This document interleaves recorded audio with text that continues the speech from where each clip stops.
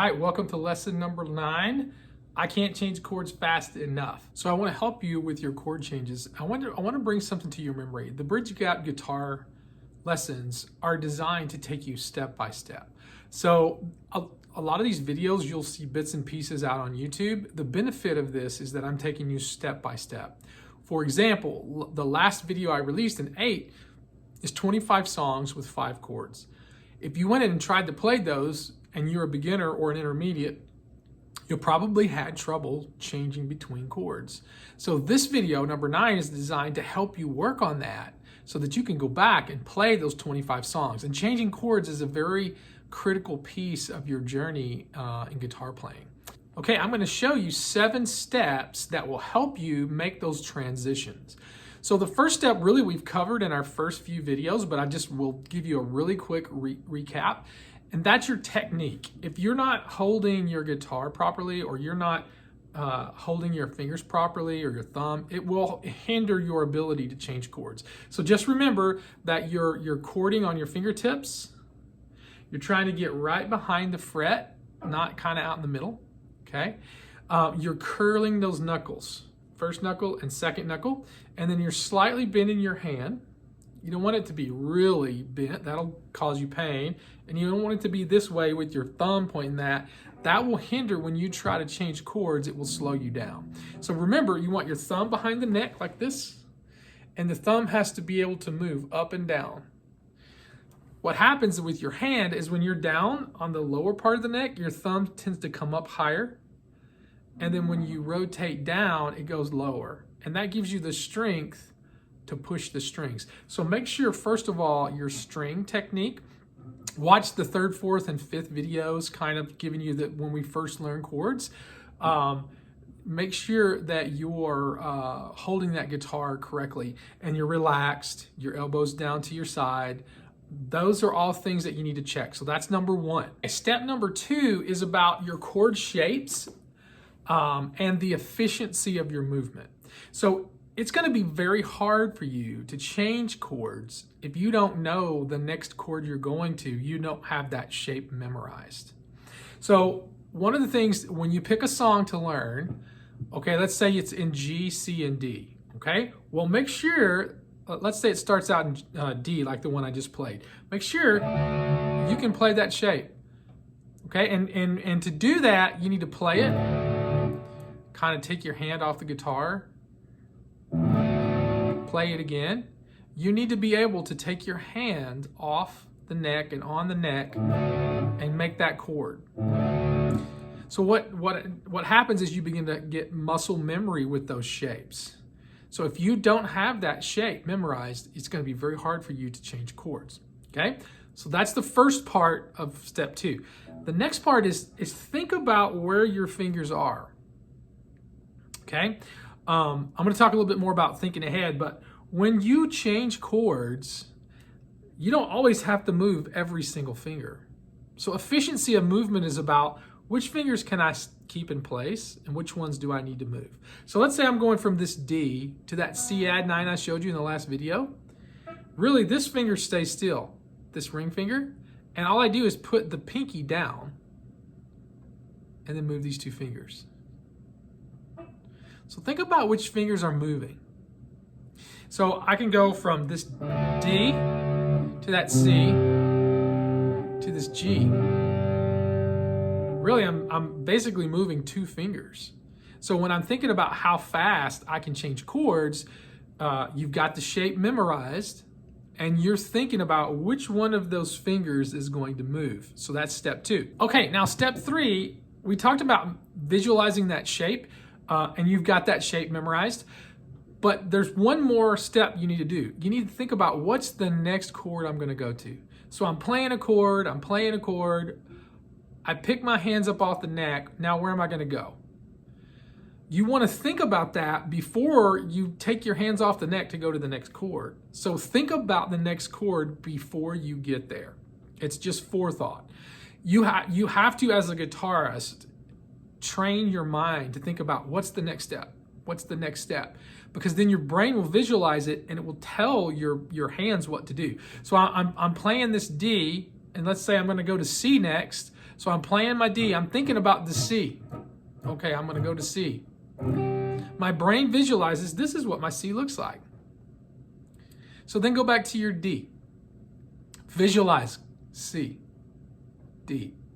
And that's the C add 9, of course. And if you're using the regular C, it's the same thing. D, C, D, C, D. And you're thinking about that. All right, once you get that first change down in the song that you're trying to learn, go to the next one. So now I'm in C, I'm going to go to my G. So C, I'm thinking about G, go to G. You got to think about it before you get there.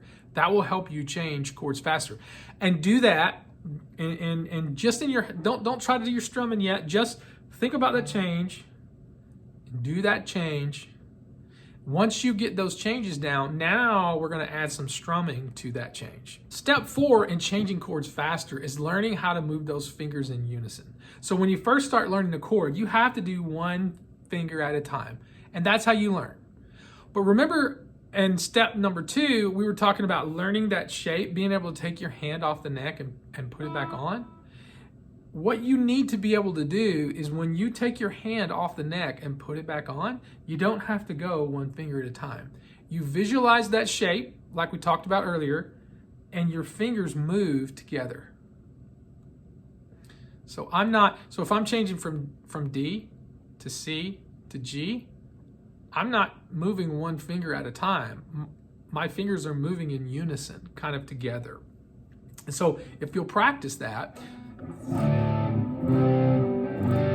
see how they all move at the same time? And so what you want to do is one strum at a time, practice that unison. Okay, once you've got those first 4 steps down, you know the chord shape, you've got the right technique, you think about the next chord, you realize that you're moving your fingers in unison. Now we're going to add strumming. Once you can make those changes with your left hand, the thing you want to think about when you're learning a song is this right hand is your rhythm. So let's say you didn't have a drummer or a bass player, this is what's keeping the beat. So you want to keep this hand as consistent as possible. All right, so let's say we're just doing 4 down strums. 1 and 2 and 3 and 4 and 1 and 2. You want to keep this guy going at the same speed.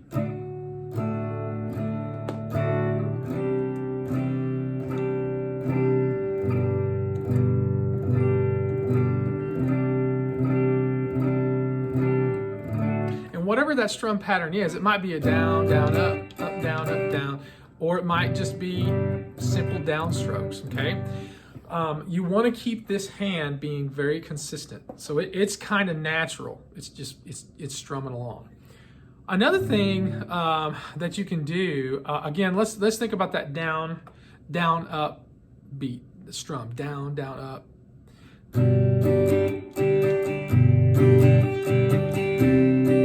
I want you to notice that when I made that change from G to C, I was picking these fingers up off the neck while I was making the next strum before I put them down.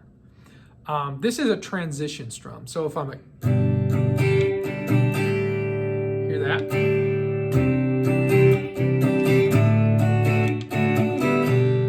You can make a quick transition strum without having all the notes noted. If you're keeping timing with this hand, it will sound okay. So let me show you an example going from, let's start with D. Let's just start with D and then go to G, because those are a little bit further apart.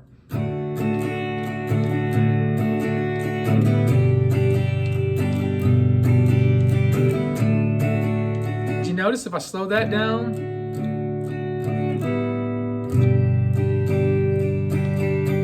So sometimes you have a song and the strumming pattern may be a little bit complicated, and you want to keep this hand going with the rhythm so that rhythm, you don't lose track of that. And then just have that transition. And it's really nice between the D, C, add 9, and G, because you can really keep these fingers kind of planted and you still hear that note ring out. So it's kind of...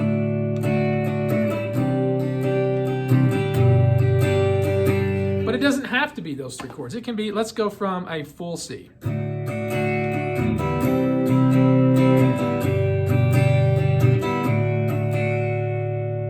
that'll help you move a little bit faster. Okay, step number 6 is adding a metronome to this. Now that you can make the transition, if you'll follow with steps, by the way, in order, it'll really help you. You've got the shapes. You're thinking about what the changes are before they happen. You've got your strum in hand, being steady, keeping the same rhythm. Now let's add the tempo to that. Now I'm going to put it at 78 beats per minute. You can slow it down further than that, but I'm just going to do a down-up pattern. Okay, and I'm going to put my metronome on and we'll play with that. 2 and 3 and 4 and.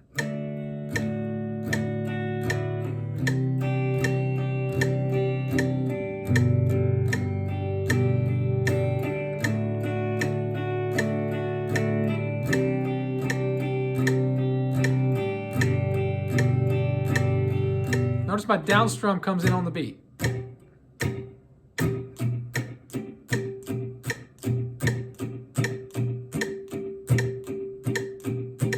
So what you want to be able to do when you change the chord from one to the next, you want to hit that change on that down strum.